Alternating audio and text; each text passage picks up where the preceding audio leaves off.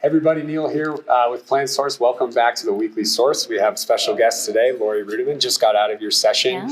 Yeah. Let's see, writer, speaker, host of the Let's Fix It podcast, right? Let's Fix Work podcast. Let's Fix Work podcast. Right. I didn't get one wrong. And then a badass. I saw that. Oh, yeah, that's exactly right. Yes, yeah, that was part of your title as well. So, yeah.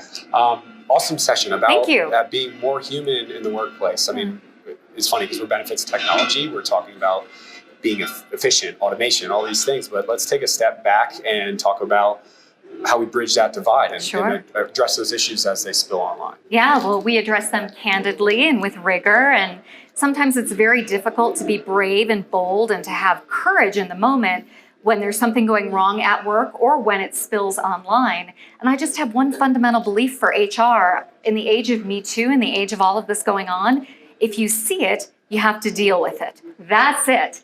Because otherwise you're complicit, and who wants to be complicit? Sure. Now, we all may not feel like we can deal with it, and that's a different conversation, but we should try. Sure. That's the difference between us being a human and being like a puppy or a kitten. Yeah. If you see something going on, you have to try. You have to try to make the world better. What was your line about folks, if you're not in it to work with humans, you might be in the wrong place? Yeah, I like that line too. Well, there's always this line like, oh, in human resources, we need to be strategic, and it's not about loving people anymore.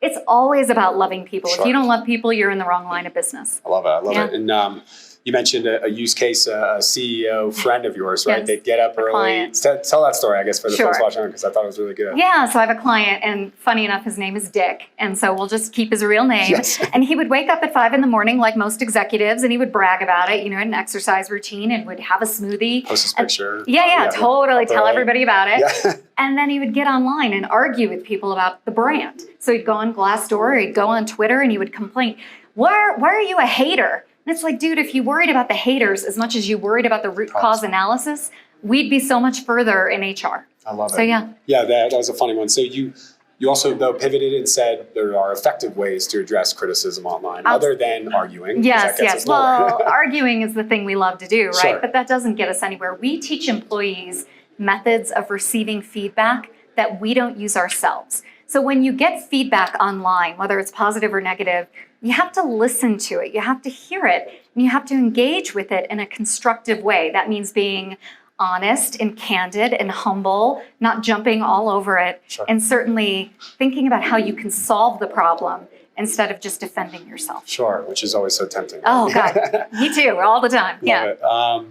So we've got a lot of folks watching the video series, HR professionals, right? They're either trying to be better in their day-to-day or aspiring to grow in their careers or just be a better manager, be a better coworker or somebody for their... Be a better human. Be a better human, right? Yeah. That's for human resources. So I thought you had really good takeaways about that. So could you just share some with the audience? Absolutely. So it's very difficult to be brave and bold when there's a challenge at work, but that is the journey of a lifetime for an HR professional. So if you're not dealing with something that you see, it's time to move on and no longer be in human resources. But if you're brave and you're bold, it's easy to take baby steps, to do a root cause analysis, to understand what's going on, and to take little bites and maybe attack one big issue once a year or once every 6 months. Sure. You don't have to solve the global economic problems in your workforce, but you can do little things. But it's about being brave and taking that first step. And so many times we fall into a function of learned helplessness, and we think we can't do it. Yeah. And that's what keeps us back. And that's what keeps us back as individuals and even as Americans. Yes, I love that. There you go. That's awesome. I believe it. I love it. So you came to Eclipse on the long end of travel mania. I did. And I know you travel a ton. I do. So I think it'd be funny to just do a travel rant, maybe 30 seconds or so of your biggest pet peeves of travelers. Whether it's shoes off on the airplane, but I'm sure you've seen them all. So yeah, I have seen quite a few. I'm lucky enough that I get to travel the world, and we teach people how to board a plane.